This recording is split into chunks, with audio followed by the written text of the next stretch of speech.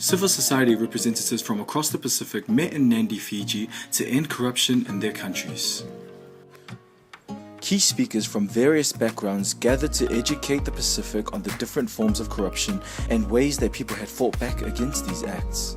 This meeting was targeted towards CSOs and media outlets. Let us hear from the leaders who have decided to take a stand against corruption in their chosen fields and find out what they have gained from this and what they will take back to their homes. We see corruption as a way of living, and we brought up thinking that it's okay, some of the things that we do, but we don't see the need to really address these issues because it's become a way of life for a lot of us. Things that we think part of our culture, part of our way of living, sometimes termed as corrupt. So this is an eye-opening. We really need to change the mindset, especially we'll start with the young ones, because corruption has been on the island for over decades, and it's almost like the norm now that everyone thinks it's okay to do this and that, but it's not. It violates people's rights, it ruins people's life, it ruins our future, and so it's really a matter of learning and understanding and taking action so that we have a better and brighter future. And using the info that's available for me and for what could be useful for us in our future. After registrations were completed, the participants were split up into their groups where Luisa Senipulu and Annika Wiles opened up the workshops with introductions and setting the tone for the next 2 days with the introduction of the second phase of UNPRAC. Following the official photograph and morning tea, we were introduced to the first guest speaker of the workshop, Martin Woods, who shared about his experience as a whistleblower. Okay, my name's Martin Woods. I live in London. My profile is I'm a whistleblower. I blew the whistle on a former employer. It's an American bank called Wachovia. And essentially, the story of Wachovia will be that they laundered money for the Mexican drug cartels. Hundreds of millions, perhaps billions of dollars. And I wasn't alone in identifying that, but perhaps I'm renowned as being alone in the one who did something about it and said, this isn't right, I'm going to report the issues. I became a whistleblower. I presented on my journey, my life, my story, to a group of people who are energised and engaged with anti-corruption in the Pacific Islands. Every moment we're doing this, we're making a difference.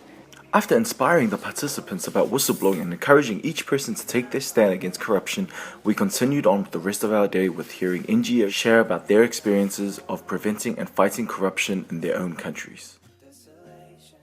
The youth took over the cocktail night, launching the Sound the Alarm music video competition, where the winner gets an all-expenses-paid trip to Nandi to attend the 2016 Youth Against Corruption Forum. After a bit of Zumba, it was time to prepare for Day 2.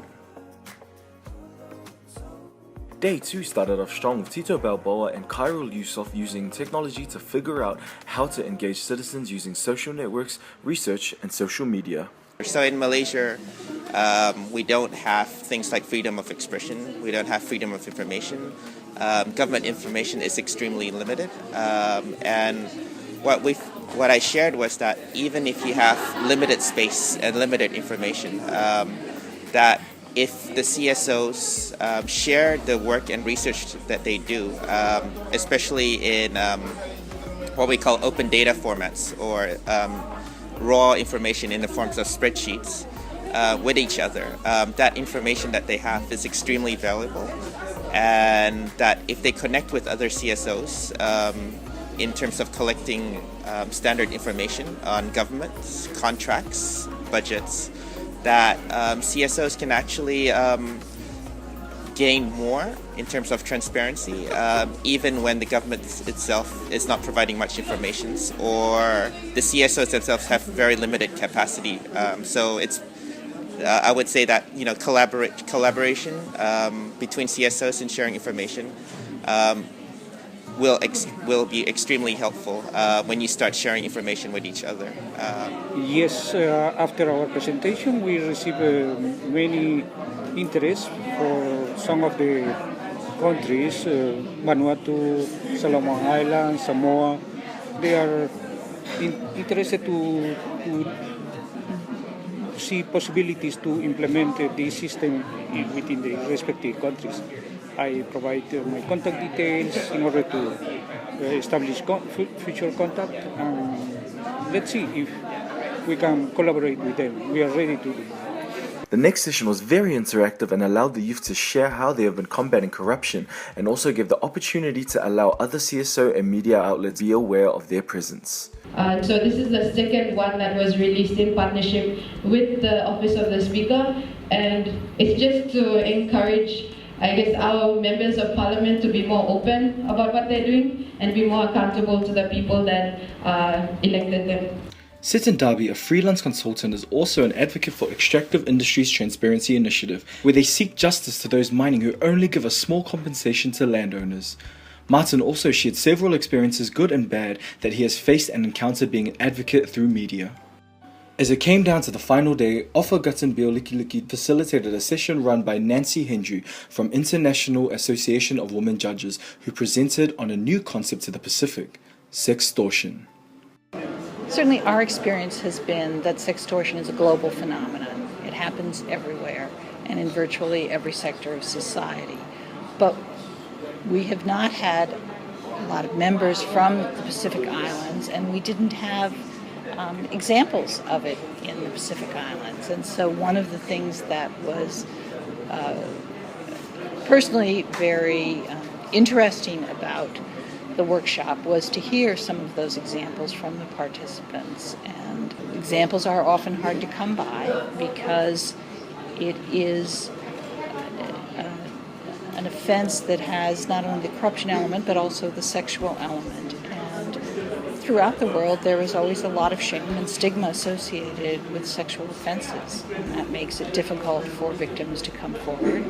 And when you add to that the concerns people have about bringing a complaint against someone in a position of power and authority, there is considerable, to say the least, underreporting of these kinds of offenses.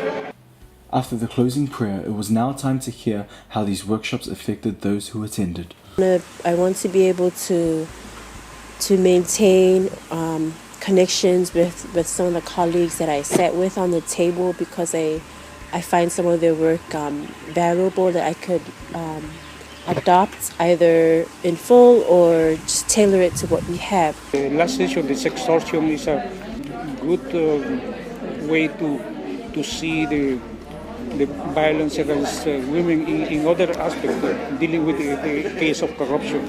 It's a new term. The concept, is not new though, but the term sextortion is new.